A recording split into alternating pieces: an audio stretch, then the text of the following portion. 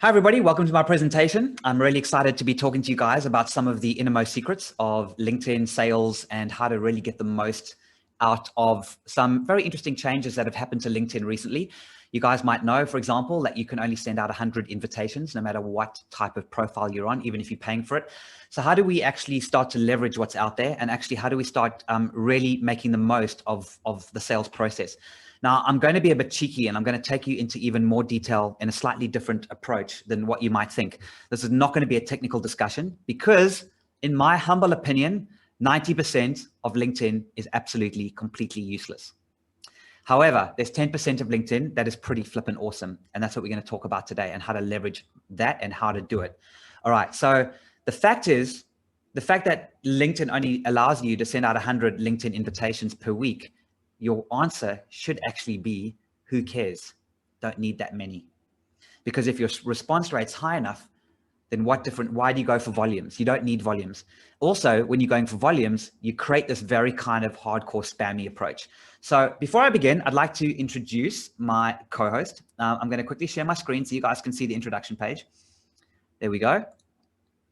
And I'd like to quickly introduce you to Cherie. Cherie is our MD of Maj3.com. Hi, Cherie. Do you want to quickly say hello to everybody? Hey, hi everyone. I do know a couple of you, so hi to all the new people I don't know. Lovely to be joining here. And Scott, you look very zen in that picture. Well done. So as Scotty said, I'm MD of Maj3, and as I put into the chat, I also run the global operations team. So yeah, looking forward to this. Beautiful, thank you. All right, guys, I'm going to begin with a little bit of an introduction. So yes, today is going to be very much around, a particular audience. I know a lot of you guys are in the software game, but the concept I'm going to be showing you is it actually works for pretty much any business, especially in B2B, not always. And it's important to understand that LinkedIn as a relationship building tool is where its most power is, but also its greatest weakness. So you can start the relationship on LinkedIn, but you've got to get them off LinkedIn as quickly as possible. But how do you get that relationship started? I'm going to be talking about the egg, especially the chicken and the egg. That's something I'm really going to be hammering quite hard today.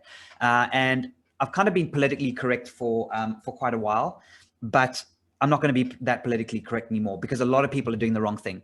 So let me give you some background about me. I wrote a book called How Not to Start and Run Your Own Business. It was written upside down. So you literally read the book that was upside down. And it was basically about what not to do in business. So what I tend to do is I tend to talk about the opposite of what's really going on out there, which is usually the truth. I'm quite well known for Kung Fu. This was the World Championships a couple of years ago. It was in China. And it was the most beautiful, amazing event. We went into the middle of nowhere, even though it's the biggest martial arts tournament in the world. For some strange reason, they decided not to do it in a stadium. They decided to do it at this Buddhist sanctuary. That Buddha in the back there is 99 meters high and it's made of gold. I don't think it's pure gold, but it's a golden Buddha, and it's among the 7 mountains that all come together. And we did the whole martial arts tournament that was televised across national TV in this incredible, incredible space. So this is the training mats before dawn. This is my son, who was age 13 at the time. He also made it to the world champs, standing under some of the flags. And he was actually in the 13 to 17-year-old category. And he actually did quite well, but he was with a whole bunch of boys that were much bigger and stronger than him. Now, if you're involved in sales, you're probably used to this because you're used to trying to get involved with competition, and your competition has more money than you, bigger budgets than you, bigger teams than you, and is generally overall a much stronger marketing candidate in terms of the way they reach to market. It's not always the case. And if you are one of the strong guys, or strong ladies, and you are one of those people that feel that you're in a really good position, but you personally need to be stronger, if you combine what I teach you here today with that strength, you can do wonders. However, as I just said just now, if you don't have that marketing budget, guess what? It doesn't actually matter, because what matter is relationships. This is Cam after he won a silver medal, despite having to be, fighting and going after competing with much, much older boys. He ended up winning a silver medal. And this is the team with the Brazilians and Americans. A whole bunch of us got together. This story is incredible. One day I'll tell it to you all when I got some more time. After the event, after 3 days, we all came together and we started taking all these photographs with all the different teams, and we all just came together. It was amazing, amazing, amazing. This is Cameron today, and this is his LinkedIn profile. And this is starting to allude to what I'm going to be talking about. So Cam has a LinkedIn profile. He's currently studying law. He's in second year. Just before he started his first year, I said to him, start building your LinkedIn profile. He starts targeting lawyers, and he's starting to approach just about every single lawyer on LinkedIn he can get his hands on. After 18 months, he's got just under 2,000 LinkedIn connections, of which most of them are lawyers. 2,000 LinkedIn connections that are mostly lawyers. I'm going to repeat that again because it's so cool. By the time he finishes his law degree, he'll have 8,000 to 10,000 lawyers as part of his LinkedIn network. What an incredible way to start your career when you've got such an incredibly powerful LinkedIn network. This is what I'm starting to allude to. Interestingly, however, it doesn't matter how many LinkedIn connections you have. What matters is what you do with them and that small group of people that you make the most out of. All right. Now, software is highly competitive, and you guys might be, you might not be a software company yourself. If you are, you might be selling software as a service. You might be selling software applications. In other words, you've already got a software product, but you might also be selling software development. You might be a developer looking to get more clients. So it still applies to all of you guys. What else have I done in my life? I'm just giving you a bit of background here. I also started an eco village, which completely failed. It's a very interesting story. If you want to listen to the podcast, you can do that. I did a TEDx talk because I'm very much into the environmental thing. I really believe that we should be growing our own food, and we should be eating healthy and all those lovely things. And that by growing our own food and by looking after our water systems, we might actually have a chance at surviving the next century. That's just my opinion, and that's what I'm sticking to. I also got quite well known because I took the whole banking system to court, which was a very big endeavor just after the 2008 credit crisis, a couple of years later, around banking securitizations. But I got quite well known for talking about Kung Fu principles and how Kung Fu principles can apply to business. And you might be thinking, what the hell has this got to do with LinkedIn? Just watch. I'll explain in a second. It gets quite interesting. So the 3 lessons that I want to talk about today, 2 of them specifically. First of all, the first one is the movement creates the power. The second one is doing small amounts of good is great. And your personal credibility and reputation is everything. I'm going to talk very quickly now about this concept of the movement creates the power. Why is there a waterfall there? It's not just a pretty picture. A waterfall explains the process that I'm going to be talking to you guys a bit about. Right, I'm going to stop this for a second so you can see me. The notion of a waterfall, I want you to ask yourself, right? If you're a liter of water at the top of a waterfall, how much power do you have? And when that water starts falling down the waterfall, how much power does that same liter of water have when it hits the ground or when it hits the water underneath it? It smashes. It creates this incredible momentum. And it's a slow, gentle buildup. And if you watch it, it's just gradual. It's gentle. That gentle softness is one of the key lessons I learned from my teacher, who was also a 32nd generation, Shaolin monk from China. I couldn't speak a word of English when I started training with him. And I kept asking him, they are able to create this incredible amount of energy. You guys know the whole 1-inch punch. I don't know if you guys have ever heard of the 1-inch punch, the old Kill Bill movie, and this concept of creating a huge amount of power in a very small amount of space. That concept is the notion of Fajing or explosive power, explosive energy. And my teacher and my master, I used to ask him, I said, where does this power come from? He said, the movement creates the power. And if you think of a waterfall, right? And you think of a waterfall, it starts very gently and it creates the momentum as it goes. Whoa, whoa. It creates this incredible amount of energy. It's just soft and gentle, bang, and it explodes. It just drops, bang, and it explodes. Now, what the masters can do is they don't just break from going top to bottom. They can create that same waterfall effect upwards. So if they want to punch up, the same approach applies. Soft, gradual, whoa, it's amazing. And you watch what these guys can do. And not even up and down. The waterfall itself can go sideways with an elbow, soft, sideways. You can create this huge amount of energy in a very small amount of, with a very small amount of space. So let's go back to the presentation here for a second. Now, the movement creates the power. It's that soft, gentle approach. Sales should always be soft and gentle. It should never be hard or forceful. And your personal credibility and reputation is everything when you focus on that. Whatever you do, you should not be harming your credibility. The smaller amounts of good is great. I talk a lot about that in later seminars. I just want to focus on the top one for now and a little bit about the bottom one. You can't mess up your reputation on LinkedIn. And if you go hard and you start spamming and you use hardcore automation tools, etc., you are going to hurt your personal credibility. And you don't want to do that. That's the last thing you want to do. So not hurting your credibility. How do you do it? The chicken and the egg. Here's something really interesting. The egg comes first. Now, this is an article I wrote specifically for software companies, but again, it applies to anyone. The chicken and the egg, right? What do we do when we go out there and sell? We think our software or our product or our coaching tool or our insurance product or whatever it happens to be, or our service or whatever it is we're selling, we think it is amazing. We think it is this beautiful, cute little chicken, right?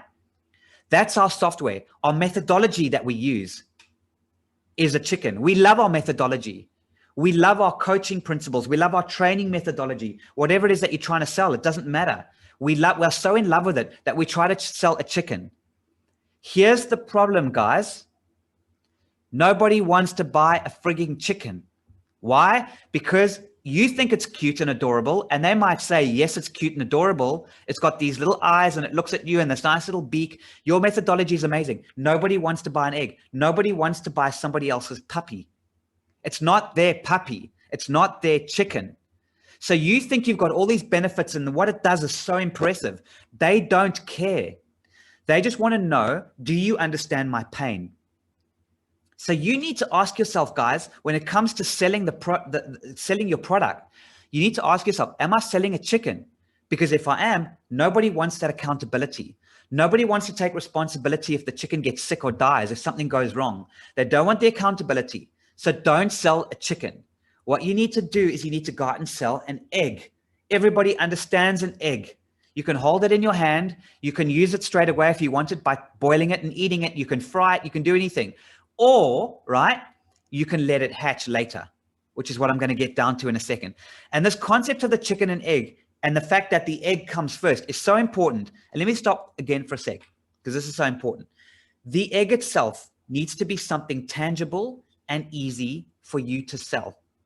Right. What do I mean by that? You guys are probably looking for big ticket sales items potentially, or recurring monthly revenue. You want to sign people up to a subscription of some kind, or you want to sign them up to some kind of program. It could be a week long, it could be a month long, it could be year long, but you want some kind of big project fee or a whole bunch of fees along the way, but you're trying to lock customers in. That's where the revenue sits. I completely and utterly agree with that, but you can't start like that because that is selling a chicken. You see where I'm getting with this? So how do you sell an egg? How do you box something that is so simple and so easy that they can very quickly go, you know what? I buy into you, Stephanie. I buy into you, Dino. I buy into you, Sean. I get what you're doing. I get you, right? But I don't want to commit to that yet. What can you give me that's simple and easy in a one-pager? So you create a very, very simple egg. And that egg is a one-pager that says, maybe it's a half-day workshop, maybe it's a one-day workshop, maybe it's a two-day workshop. I don't know. But it's something easy, tangible, affordable price tag. The outcome is clearly defined, and they can then use that egg for whatever purpose they want later if they don't use you anymore. Simple, easy, they can commit to it. Very quick and easy to make that decision. While that egg is happening, right? So you've sold them this egg, which is this package, this half-day workshop, this hour-long workshop. I do a 90-minute workshop, whatever it happens to be. Once you've sold that egg and you're working with them, what happens? You get to know them. You get to like them. They get to trust you. You get a bond. They start revealing things about themselves that they wouldn't normally do. They start to build this relationship, and that egg starts to crack. And the crack gets bigger and wider. And what happens? A chicken is born.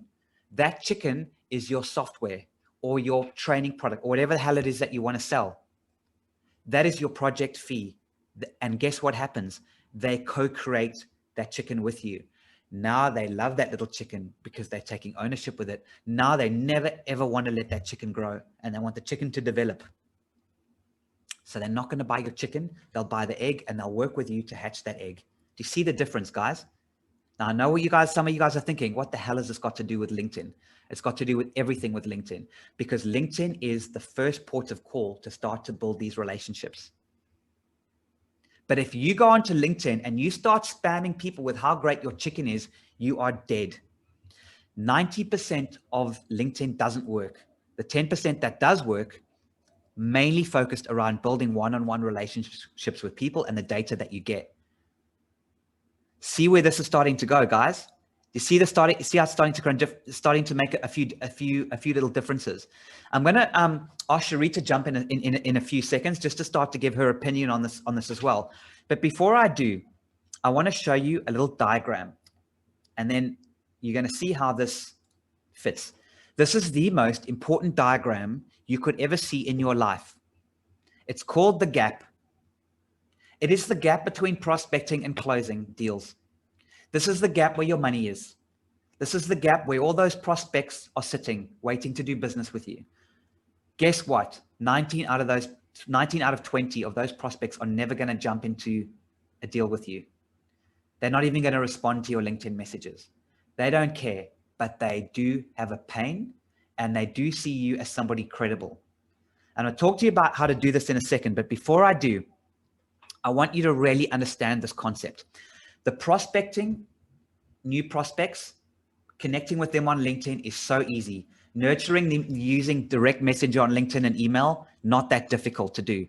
The hardest part is how do you get them out of the gap and get them onto that meeting? 19 out of 20 people have the need that you have, but they will not jump into your lap.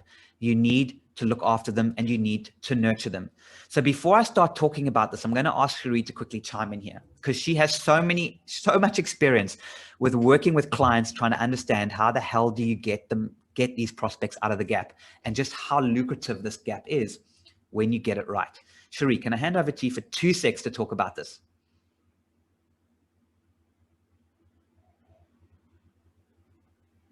Hi, thanks, Scott.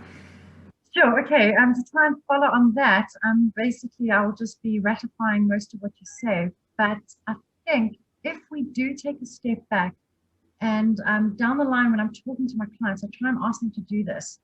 We are so involved in ourselves and what we think is so amazing, the chicken or even the egg, and how we write messages and everything. Sometimes it is so good to turn it around, flip it around, and you be the recipient of what you are sending. You guys get people every day connecting with you, sending you stuff. What grabs your attention? What do you actually focus on? And what do you spend time on? It's the same kind of mindset, and it's a slow burn. And this is the problem with LinkedIn. Just because you connect with someone on LinkedIn doesn't mean they're going to be your best friend straight away. Even if they read your stuff and they maybe even respond with a thumbs up, they're not going to be your best friend. It takes time. So many people are doing business on LinkedIn right now. Brilliant platform to make connections. Brilliant avenue to start the process. Terrible for assuming that because of that connection, you have a relationship. That is what happens. People think, okay, great, we're connected. I've sent you a little bit of information. Great. Soon you'll be wanting to do business with me. No. So when you're writing your messages, when you're trying to reach out to people, try and flip it and be the recipient and see if you were going to receive something like this. How would you feel? How would you respond? Is it something that gives you a bit of interest that you might want to actually take it further or not? Or are you just going, oh, yawn, fuck, this guy keeps sending me all this nonsense the whole time. Turn it around. But the stuff that you're going to be sending people, you just have to keep at it, because eventually you will be able to crack that shell of contention that the LinkedIn audience has. It just takes time and diligence, but I promise you, once you do it and you do it properly and you get that credibility that you have created behind your back, you're going to have relationships for life. And these are going to be clients for life, or referrers for life, or networkers for life. That is what you're actually looking for. So make hay while the sun shines. You've got these connections. The ones that you really, really want to actually focus on, do your due diligence, be a human, send them stuff you would like to read, and just keep on doing that. Thanks, Cherie. Yeah, we're going to go into a bit more detail about that now, and it is that diligence, and we talk a lot about this because that is required, is the diligence that's required. So let's just go into a little bit more details now. So you guys understand this. So first of all, you need to know who's in that gap, and you need to have that diligence. Like Cherie said, you've got to keep going for it, and you've got to be hungry. Sales is really tough, guys. It's hard. It's hard for everybody. There's no silver bullet, and you want the process to be as beautifully comfortable as possible. Now, here's the amazing thing.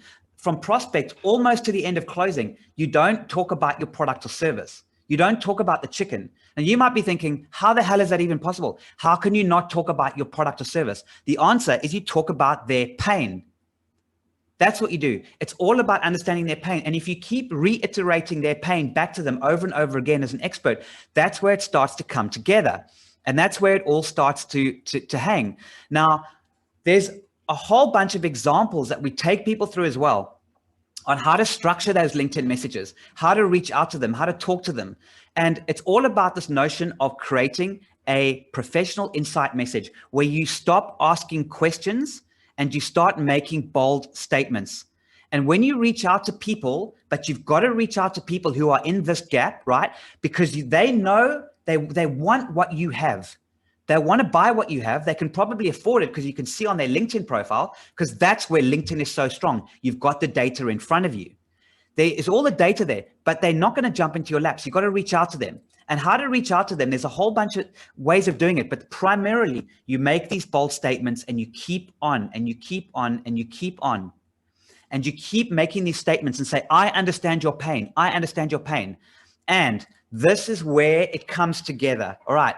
When you talk to somebody on LinkedIn or having a one-on-one face-to-face message or email, you don't talk about your product or service. You talk about, it's what we call the emotional sell. All you do is you ask questions.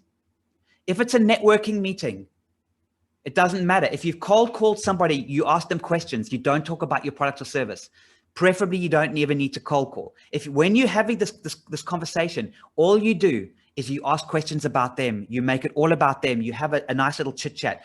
The emotional sell is you showing them that you get their pain. That's what you are there to do, that you are there to listen and understand about their pain. Now, where does the rational sell come into it? The rational sell happens offline, off the conversation. Not necessarily offline as in off the internet, off the conversation.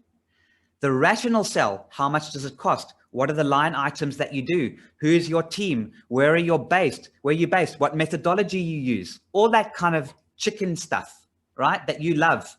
You don't talk about that in meetings. You put that onto your website, onto your LinkedIn profile, all that. They know what you do. When you're building that personal relationship, right? They are going to find a way to do business with you because you are spending time working that relationship. They're going to go to your LinkedIn profile. They know what you do. You don't have to say in a LinkedIn message, hi, my name's Scott. I'm the CEO of match3.com. This is what I do so brilliantly and I'm so flipping amazing. Doesn't work. Why? They don't need to do that. They can see what you do. That's why you have a LinkedIn profile. That's why you have a website. They will go to a website to confirm for themselves and reassure themselves rationally that you are who you say you are. Your job as a human being is to make a connection with another human being so that they can see you with credibility and respect, that you're a non-spammer, that it's a comfortable approach, right? That you've gently nurtured, spending time with them and you're asking about their pain. That's what you do as a human being. That's all you do. You just talk to them and get to know them. And offline, they will quietly in their own time, look at their website, look at your LinkedIn profile and see what it is that you do. The rational sell happens offline and separately from the emotional sell. Don't waste your time rationally selling somebody ever face to face. Even if they ask you what you do, you give them a 30-second answer and go back to their pain. Now, some of you might be thinking, hang on a second, Scotty, there are different personality types out there. What about those personality types that are analytical, that are numbers based? They want to see all the numbers in a row. Same principle applies. The difference is you ask them for that analytics and that detail. They want to be detailed. Ask them for details about their pain. Tell them about what they're going through in their company. What you want to be analytical? Tell me, right? I'm not going to be analytical to you. That's not necessarily Siri right now. We'll get to that later. For now, I want you to tell me your pain. I can't give you a proposal until I understand it. So give me as much detail about your pain as possible. Tell us, and that's how you question them. And they will use their analytical brains to give you that detail about themselves. If you walk into a doctor's office, right, and you're sick, the doctor doesn't go, I'm so happy that you've just walked in. 20% off cough medicine and 30% off PCR tests around the corner right now. What do you say? It's ridiculous. It's totally ridiculous. A doctor listens to you. You talk, you yap. If you're an analytical thinker, you will analyze all your symptoms and give them to him on a piece of paper and say, doctor, this is the problem I have. The analytics is about you. If you're not an analytical personality, or the person you're speaking to is not an analytical personality, same thing applies. Let them talk about their pain. Then you diagnose, and then you propose something to them that specifically meets their needs. If you sell them a chicken, you're dead. Do you see where we're going with this, guys? Now, so you have the emotional cell in front of them. You have the rational cell. Now you go back to the chicken and the egg. Okay, now we go back to the chicken egg. What are you trying to do? You're trying to sell them this golden egg. What is the golden egg? It is a very, very simple, easy thing for them to commit to, that they can pay for, that allows you to build the relationship. That is the egg that you want to sell to them. So while you're chatting to them, right, and they go offline, they see what you can do, they want to do business with you, all you need to do to them is offer them an egg. Simple, boxed in, a finite end point. What do I mean by a finite end point? A chicken runs around, it grows, you don't know how long it's going to live for. An egg is finite. That means if you offer them a full day workshop or a half day workshop, 5-day workshop, a half day workshop, guys, it's going to cost you 800 quid, 800 pounds. Half day workshop, 800 pounds. This is your deliverable. This is what you're going to get out of it. Even if you never work with me ever again, this is the value that you're going to get. Bang, simple, easy. And then they look at you guys and they say, you know what, Muhammad, you know what, Run, you know what, Sean, you know what, Stephanie, I believe in you and I'm going to buy into you and I'm going to buy the egg from you. I'm going to do it. I'm going to accept. Let's do it. 800 quid. Let's do that little workshop. You give me a finite deliverable. It is something I can use in my business. It's useful. Great. Then the egg hatches.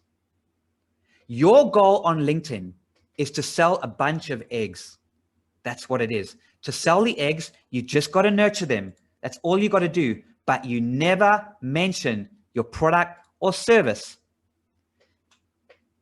I'm going to show you some examples. And the examples that I always use is this notion of the captivating one-liner. The captivating one-liner is within 12 to 15 seconds, you've got to grab somebody on LinkedIn. That's all the time you've got, guys. 12 to 15 seconds off the bat. Yes, you can follow up and yes, you can be diligent. In that 12 to 15 seconds, how do you not talk about your beloved chicken, your beloved product or service? How do you not even talk about your egg yet? Because remember, you're not selling the egg yet. You only sell the egg once you've built the relationship. How do you start to do this process here? You're connecting and you're nurturing. Captivating one-liner. Okay, this is the name of the book called The Captivating One-Liner. You can get it on the madge3.com website and download it for free. It talks to you. Here's some examples. Factory managers. Do you have any idea what is actually going on in your plant? Food companies. You have too many staff and they're wrecking your efficiency. These are bold, provocative one-liners that you send to them. You don't post it on LinkedIn. No need to post. You can post it if you want to, but you'll probably get people post LinkedIn all the time. And then they're like, oh, I spent hours working on this beautiful, amazing article, the chicken. And then they delivered the chicken, this whole amazing article. They posted on LinkedIn and they got 3 likes, 1 share. And the 1 share was the sister-in-law who patted you on the back, goes, great article. And they didn't even read it. That's what happens. So if you send it to people one-on-one, right? That's what you want to do. You want to contact food companies and send it to food companies. It can get technical and specific. DCIM, so if you know anything about data centers, this makes sense to you. DCIM, your PU is terrible. This is an environmental thing. Indicator. DCIM, your PU is terrible. Greta Thunberg is investigating. Do you see what we're doing here? Really nicely designed article. US nonprofits, your cause is killing them. Your staff wear too many hats and they're doing too much. Vetting candidates, the HR manager's nightmare. You're talking about pain. You're talking about specifics. If you drop these little messages and these beautifully designed articles, right? And you drop these into people's direct messenger and you follow up on that article and you make bold, provocative statements about their pain that is specific to them, and you show them that you are credible and you build your personal reputation credibility over a period of time, and it can take a while, and with follow-ups and diligence, like Cherie said, you will start to build a measurable sales pipeline, and it starts to come together. They're going to start reacting to you, and you're going to start doing something quite amazing. You're going to start closing this gap. Those 19 out of 20 people that are waiting and ready and want to do business with you, they're waiting in this gap. When you proactively start reaching out to them in a soft, gentle, comfortable way that is not spammy, they're going to start to react to you and relate to you. And think of it as a numbers game, guys. Would you rather have a whole bunch of posts, 2 or 3 LinkedIn posts a week, getting 100 views, 500 views, 1,000 views, 2,000 views, no traction, no real business, no real sales pipeline? Or would you rather work with 20 or 30 or 40 or 50 people, the right people that are sitting in this gap right now? What would you prefer to have? That's what you've got to ask. Would you rather have a really measurable sales pipeline and spend your time and effort nurturing high quality people? Or would you rather spend your time shoving stuff on LinkedIn and hoping for the best? This is the value of LinkedIn, guys. 100 LinkedIn invitations a week is more than enough that you need. So this is some examples of some of the captivating one-liners and what we do and how we design for clients. You can do it yourself if you want. You can let us do it for you. But what really matters is how do you measure it? This is Maya. This is our lead scoring dashboard, right? This shows you who's clicking, who's reading your article on LinkedIn. Who are they? We do a drip email series as well around the captivating one-liner. You can do a video interview. It's all provocative. It's all around their pain. And this little lead scoring dashboard shows shows you who's engaging. For those people who love using spreadsheets, we do a spreadsheet view as well. So you can see, once again, your analytical brain. For those people analytical, you can see it, all the data as an analytics. This is where your sales pipeline comes from. And I want to quickly show you something. This is what I do. This is what I do. I have a sales pipeline that sits on top of LinkedIn. This is an app that we developed, a Chrome extension that sits on top of LinkedIn and measures your invitations and acceptances. This is what I'm doing. I've got these connections that I'm working with. I've got my tags. I've got my limbo. Yes, Cherie? If you're on the app, we can't see it. I can't. I'm still on the sorry, guys. dashboard. I have learned this, that LinkedIn has started to do this. So apologies. It's a bit frustrating. When I change tabs, is that better? Can you see my LinkedIn now? Can you see my app open? Okay, thanks. So what you can see now, guys, is my sales pipeline. I'm building this. I can see who's in limbo.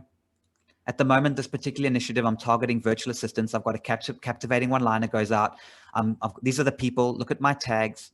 This is my measurable sales pipeline that I'm working on top of LinkedIn. What did I send out to them? The same captivating one-liner that I showed you. The goal, guys, is don't talk about your product or service. I can talk for days about my chicken. I can talk days about the app. It's not what it's about. It's about hopefully me helping you guys resonate with the fact that when you're out there focusing on LinkedIn, what are you doing? Are you building a measurable sales pipeline? Are you building that chicken and the egg? Are you actually creating that emotional sell, right? The 3 things to take out from this presentation today are those 3 things: the emotional sell, the rational sell, and the hatch the egg sell. The emotional sell. When you're talking to people on LinkedIn, direct messenger, right? When you are having telephone calls, Zoom calls, when you're on that phone, when you're moving them off LinkedIn onto email, when you're sending them emails, that drip email series that you might do or somebody might do for you, we can do it for you, whoever, right? Whoever's doing that for you, if it's you, whoever, are you focusing on the emotional sell? Are you building your personal credibility? The default human setting when you meet somebody on LinkedIn, the default human setting is I don't trust you. You've got to build that trust. And the captivating one-liner is how you can build that trust. Your job as a human being is to do an emotional sell. When they start to know, like, and trust you, and especially when they trust you, they're going to go onto your website, they're going to go onto your LinkedIn profile, and they're going to look for a reason to do business with you. That's where you put your rational sales material. More information about how you do it, more information about your methodologies, more information about it. That is where you do your rational. They come together with the hatch the egg. You sell them the egg. A simple, finite, very easy to digest process, workshop, I don't know what it is, strategy session, feasibility analysis. Back me is what you're saying to them. Back me for a few hours of your time, pay me this, I will give you this, you can still use it, and let's see where this relationship can go.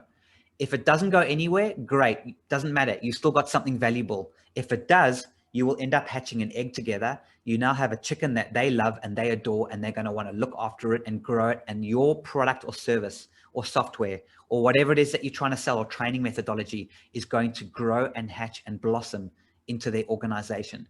But if you try to sell that chicken up front and you hammer people on LinkedIn and you're posting left, right, and center, all this stuff, it's not going to work, in my opinion. So before I finish off, last words from Cherie around this, and maybe she can just quickly give us a little bit of insight into what she's doing, and then I'm going to go for Q&A.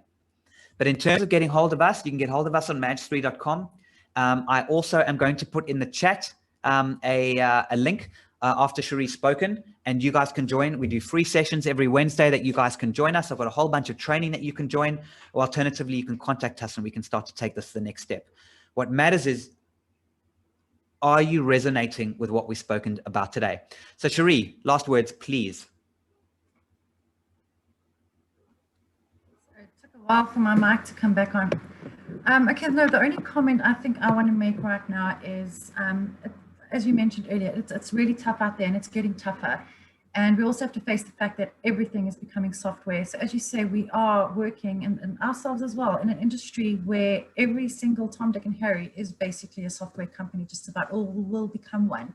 And as you say, we love our egg and our chicken so much, it's trying to convince other people to jump on board and love it just the same. And you are talking to an audience that's really, really very, very hard shell to crack, physically, literally, but it can be done. And yeah, as Scotty said, with the emotional sell, it just takes the diligence and the discipline to just keep at it and just keep remembering you're human and you're talking to a human being. We seem to forget that, and especially coming from an industry where we are very technical and there is AI and there is software and all that kind of stuff, and we get bogged down in the details and the nitty-gritty. We need to always reel ourselves back and just remember, you know what, I'm human and the person I'm trying to talk to is human. And once you kind of get back into that mindset, it starts to become a little bit easier. And just like with anything, and I always say this, and this is my last note, you want to take a girl out for a date, or a guy takes you out for a date, and he wants to get that elusive kiss, you know, at the doorstep. You can't just lean in for it. It takes time. It takes the aperitifs. It takes Chardonnay or maybe Merlot with the starters.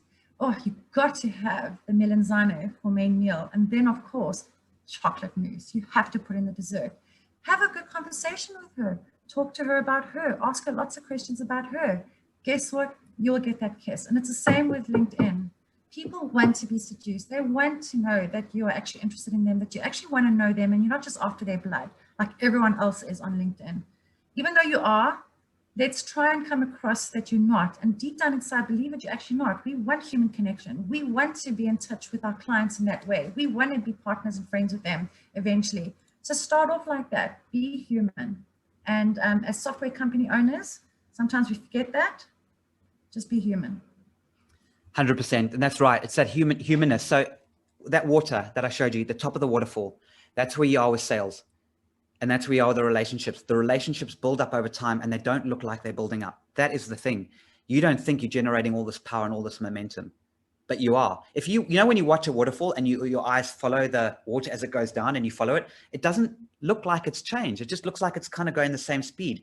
Yet the power at the top and the power of it hitting the bottom with such enormous force, it's incredible. It's absolutely amazing. The essence of Kung Fu and building those relationships is the same concept. It's the same thing. Kung Fu relationships, building that process. The movement creates the power. You just got to stick to that gentleness, that approach. It's all soft. The great martial arts teachers will all tell you it all comes from softness, not hard attack, attack, attack. It's gentle. It's moving with that water. That's the approach. So think about LinkedIn, guys. You don't need that many to fill your pipeline. But do you have a measurable pipeline? Do you really have? Can you take all the LinkedIn traction that you're doing at the moment and can you put it into a measurable sales pipeline? If the answer is no, then you have a major problem. You're doing it wrong. If the answer is yes, then great. Now it's just about making that process more efficient. And I'm going to post a link to my Wednesday course, which is free. You guys can join me if you like. Alternatively, feel free to copy me. You can join our Wednesday sessions. 30 minutes every Wednesday. They accumulate. Every Wednesday we do another session and another session. And if you can't make the sessions, you can get the recordings. We just did I think we're on episode 13 now. So we've done a whole bunch of them. You can catch up, you can chase them. You can see what we're trying to show you here. It goes into a huge amount of detail. Let me just quickly post that into the chat. There we go. And if you want to join us, great. If you want to chat to us, that would be amazing. I'm going to jump into Q&A now. Just want to really, really iterate that, guys, is that there's so much competition. Sales is so difficult. It's so difficult. Everybody's selling training. Everybody's online. Everybody's doing stuff. Everybody's selling software. Everybody's doing what you're doing. If you do not focus on building a very strong reputation with a select group of people on LinkedIn, and you don't focus your time and effort on that, you're going to find it so difficult, guys. You really are. Once again, thank you. Contact us, madge3.com. I'm going to go into Q&A now. Sean, Jason, I think Jason's got his hand up first. Hey, Jason. Yeah, hi, Scotty. That's great. Thank you for the recap. Just 2 points. Number one, obviously, generally our main aim is for a prospective client is to get them to watch a demo, a software demo. So I'm realizing that we obviously need to, rather than say, right, that our egg, if you like, is a 1 hour demo. What's limited, at the moment with the guy I'm working with, we're reselling an IoT software platform for smart building space. So they've just done a deal with, they're signing a deal with a UK retailer with 160 retail stores, which I believe is leading to something like a 50% energy saving across the board. So would the Captivating Oneliner be more around, if you're a retailer and you're something around losing money and saving money and that, but the aim of the game is to just do a software demo. But would I then, obviously the pitch would be, are you interested to learn how you can save 50% on your energy costs on your retail? And then have the article lead into that, and then that obviously be a demo. Or how would you pitch this idea? Because my aim is to get them to see what it does, and if they see what it does, they either want it or they don't. But how do we position that? I'm so against demos. It's not even funny. Like I mean, a lot of people have built the entire, online pipeline just to get as many demos as possible. And if you've, and most of the people that do demos really well, they're not really doing demos. They actually, they've got a slightly different approach to that. So yeah. I'm not a fan of demos. They can work in some case, but again, it's a human element. And it's a free demo. You've got to spend a human being doing it. They're going to take you through that process. You said retailers, Jason. Yeah, retailers. Prep your stores for intelligent brands that know their shoppers and price themselves accordingly. This is a Captivating Oneliner. This guy is selling software for retailers. It's not about, it's not about that. It's about, holy flip, products are going to be able to price themselves. So if you go online and you get a price for the computer, and I go online and I got to get a price, they're two different prices. That's how you attract somebody. Go, oh my gosh, if I'm a retailer, this is interesting. The author of this article must be like, whoa, this guy must be Superman. That's what we do. Now, this Mark guy, got my attention. Mark then contacts you and starts building a relationship and going, maybe we should start getting on a call. Let me talk to you, not about a software demo, but what is your issue right now with your company? Let's talk about your pricing issues. Oh, I've got this guy. Pricing is a bloody nightmare. I've got retail stores, 3 retail stores and an online store. The pricing is all different. The guy walks around with a price gun, gets it wrong, sells a £99 item for £999. All the stuff. Why do that? Let's blah, blah, blah, blah, blah. Doctor, The patient just talks to the doctor. It's pain. My elbow's hurting. My head hurts. This is it. Doctor goes, yeah, okay. There you go. That's my opinion, Jason. Stop doing demos. Start building human relationships. Charge for the time that you spend with the client. What would the in this exact example? What would be the egg that he's trying to sell? It would probably be something to do with some kind of analysis of an energy analysis. I want to go into your business. I want to sit with you. I want to do an energy analysis. I want to get your data, what you're spending an hour. Let me sit down. It costs you £500, and I'm going to give you a whole analysis, and you can see where you're losing money. This is something that every single FD needs to look at. Yeah. And okay, let's do it. I think I'll spend 500 quid. Cool. Now you're getting paid. You're building credibility, and now during that session, you're building your reputation. You've sold them the egg. The egg starts to crack. Oh, now we can do this and this. Oh, you've got software to solve this. They've now bought into that software before you've even shown them the software. That could even be a guarantee. Let me do a analysis, charge you 500 quid. If we can't find savings that are more than 10 times that over the next 12 months, we'll give you your money back. Does a doctor give you a discount if there's nothing wrong with you? Fair enough. Guys, you're experts at what you do. Yeah. You're the best at what you do. Charge for the time. You're not just charging for time. You're charging for the outcome of the time spent with that client. And tell them, one page, that's your egg. It's one page. This is what I'm going to do for you. This is the outcome. This is how you can use it after it's done. Off they go. That's bloody useful. Thanks, Sean. Freaking brilliant. That was really useful. Cool. Maybe you go your separate ways, but maybe the relationships develops into something else. Maybe the chicken hatches. So always the egg comes first. Sean, did you have a question just now? Yes, thanks, Scott. So just wanted to check a point of understanding. If I understand you correctly, what you're saying is once I start messaging people and they're not responding, first of all, you're saying, don't worry, because actually you are actually building a relationship. It's just the time is not ready for them to respond. So that's the water that's starting to gather momentum, but you just can't see it. But actually, so whereas today I'm looking for them to go to my website, to go to my LinkedIn, actually the real success is they should be doing that later on. The point that later on, they then jump into your website is the point you know that they're now getting seriously interested. If somebody, okay, exactly, Sean. In fact, I'm glad this is being recorded because you explained it beautifully. That is 100% correct. They're only going to go to your website unless they're serious. And that means that think, why are they going to your website? They already know who you are, right? And they've got your messages. The only reason they're going to your website is because Sean has made a good impression on me. You've made a good impression on them. So they're going to check out, is this person really credible? Does their website match the expectations I have of them, of their LinkedIn profile, of the messaging? All you have to do is meet those expectations. They're going to look for a reason to do business with you. They might not jump onto your lap again, Sean. I really want to make that clear. They might not immediately say, come, let's talk. But that starts to take them through that sales process where they get closer and closer to closing the gap. 100%. Okay. That water's ready to explode. And then in terms of selling them an egg, which we're not doing at the moment, but I get that we need to have a half-day workshop or wherever it is. When would I introduce that? Once we start talking? Only once you start talking. And I would only do that after being face-to-face. So once again, and I reiterate this quite often to a lot of people, this sales should be beautifully comfortable, but there's patches of it that aren't. And in fact, there's patches of it that can be really frustrating, but you've got to minimize that patch. This is the bit that is uncomfortable.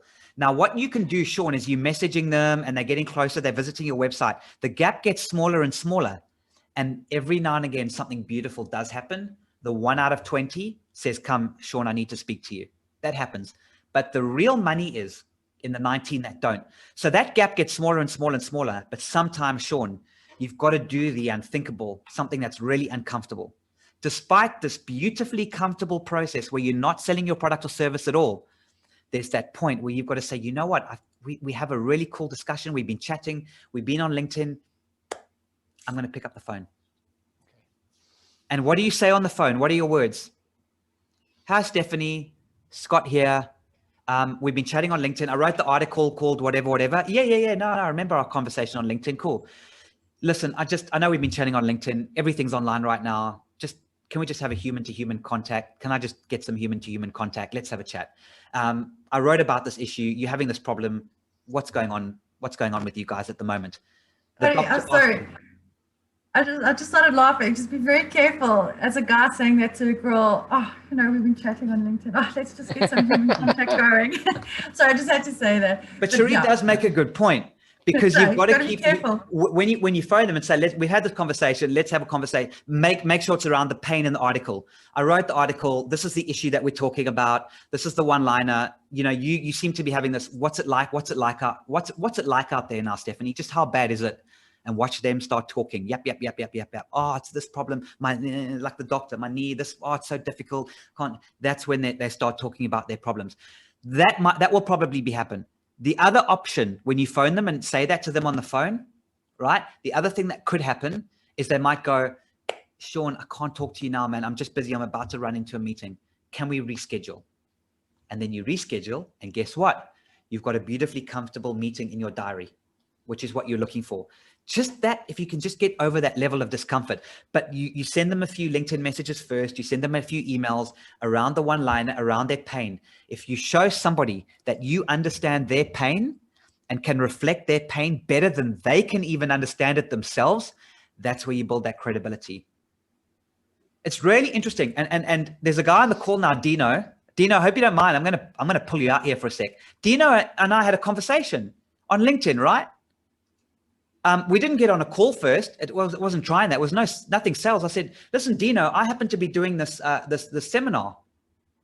And do you want to come to it? That's a soft way of doing it. If you don't want to pick up the phone necessarily, you can ask them to attend an event, and they might go, yeah, sure. Or what Dino said, sorry, I can't make it, Scott. Sounds great, but there's a dentist family that you have to go. Sorry, Dino, can't make it. Can I send you the recording? Cool. Send me the recording. Cool. Dino gets back to me. Oh, Scott, dentist appointment's being moved. I'd like to attend. Dino, can I put you on the spot there, mate? I know we've never chatted, but can you go off mute there and just say something? Or you don't have to if you don't want to. Yeah, absolutely. It was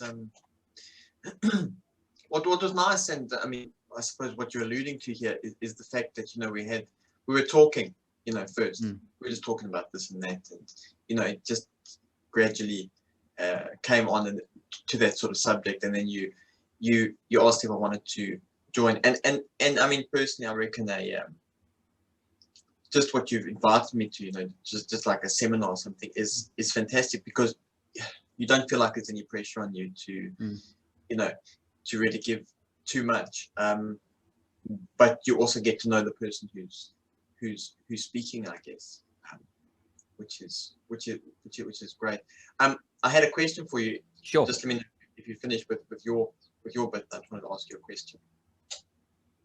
So basically, what you're saying, I mean, obviously, all software is there because the client's got a pain point of something. Okay. So ours, for example, is the pain point is managing your maintenance jobs. So what you're saying there is that you should reach out to them, ask, talk about their pain, whatever. When they start talking to you, then maybe offer them like just a free, maybe not ebook, but just a free something or other to to discuss what their problems are and how other people have maybe solved it. And then the software, you're not actually selling the software, you're actually selling them the solution to a problem, and the software just happens to be part of that solution. Is that right? In a nutshell, yes. In kind of. So you mostly got it right there, Dino. And I'm going to go back to our relationship, how this started. I mean, what I gave you that was free was the article, because I sent you that same article I showed you with UK software companies. So you're based in the UK, you've got a software company, despite that cool South African accent, we know. So I was targeting UK software companies. All I did was I sent you an article and said, here's an article. and then you clicked on it possibly, and I think you said thanks or something. I can't remember. And I said to you back, and then I can't remember how I knew. Oh yes, you went to University of Pretoria, where my son is. We had a little conversation. I couldn't care less, Dino, if you and I never do business together. It's not what this relationship is about. It's always about forming bonds, forming connections with people. And all we did was have a conversation. You went offline, probably. Well, you saw my article. You probably looked at my LinkedIn profile, got an idea of what I do. I don't know. And I said, listen, I'm doing a seminar for software companies. Do you want to join? And here you are. You know, maybe we do business in the future, maybe we don't. It doesn't matter if we don't, but what matters is you got value. But the real thing is, Dino, is what I want is I want all the people that connect with me to see me as a credible expert and not a spamming bastard. That's what I want. Remember what I said up front? Don't destroy your credibility, enhance your credibility. That's what I'm trying to do, Dino. All I'm trying to do is my credibility and your credibility remain intact. Cherie? Okay, I just want to kind of backstep a little bit and say I think that's great. Obviously, that is the name of the game, and to create that kind of awareness on LinkedIn and your presence and your branding becomes more solidified. But of course, end of the day, when I work with my clients, we do need to help them with the ROI. So yes, it's great to have all these connections, but we do actually want that other step. With regards to software companies, it's actually a pretty damn easy thing to create your own little egg in your own box if you don't have that. So like Scott was saying, you know, move away from the whole demo kind of thing and don't give stuff away for free necessarily. That becomes part of the package to help you actually sell that egg. Now, with most of your software companies that you guys are busy with, there's some kind of an analysis or something that you can actually offer as a precursor to what your solution actually can do. So if there's some kind of an assessment or some kind of analysis or F&A or something like that that you guys can conduct to just help that person where they have something tangible after that session, nearly all of you can do that because the software that you have created is providing a solution.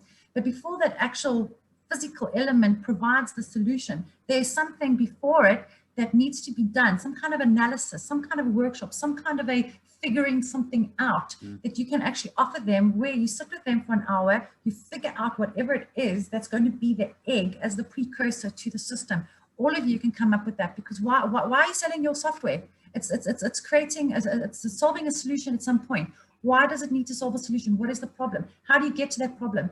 How bad is the problem? How acute, how chronic is the problem? That is what you look at. How chronic is your problem? Let's take a look at this. Let's have a meeting. Let's sit down and see what your problem really is and how strong it is. Bam. All of you can do that. Yeah. That's the egg. And that's it. And let that hatch naturally into a relationship. And I think you guys get that now. And I think that's it. And that's all that matters. And if you notice something, guys, normally at the end of these webinars, what do you get? A whole page on half. You sign up now and you get 20% off. Rubbish. Like I don't offer, that's not how I work. I'm not here to sell you anything. In fact, I've got a whole bunch of free stuff on my courses and stuff. Just go and you can learn most of it for free. It gets around this horrible anxiety of sales pitches. Who can hand out the most business cards? The funniest thing ever is when you go to those networking events, right? And both of you hand business cards and both of you try to sell each other something without look like you're trying to sell each other. Have you ever seen two people, masters of that, who are really great at selling without trying to sell, but they are actually trying to sell, and they're both secretly trying to sell it. It's ridiculous. So if you just get rid of all of that crap, right? Put your rational sell somewhere where they can find it on your website or on your LinkedIn profile, whatever, have your egg ready. And all you have to do is build relationships with the right quality people. That's all you got to do. They will look for a rational reason to do business with you based on the emotion that's been created. They would buy the egg, easy, they believe in you, the egg hatches into a chicken, and we all live happily ever after as a fairy tale.